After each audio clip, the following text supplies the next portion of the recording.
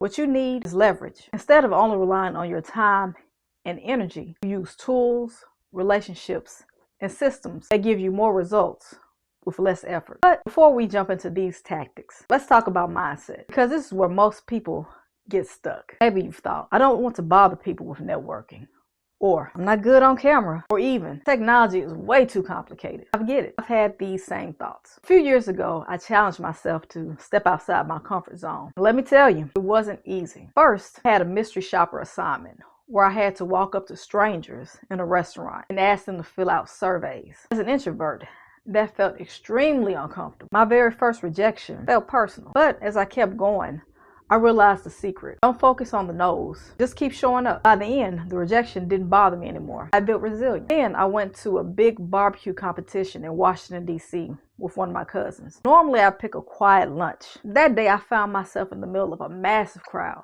Noise everywhere. At first, it felt overwhelming. But here's the thing. Not only did I end up enjoying the food and the people watching, I actually scored a free ticket from a generous stranger. And that reminded me, opportunities often hide in the uncomfortable. And finally, I volunteered at a nonprofit breakfast. Usually I stay in the kitchen preparing food where it felt safe, but this time I served directly to the guests and even had a conversation with them. Focusing on their needs instead of my own nerves made the whole experience fulfilling.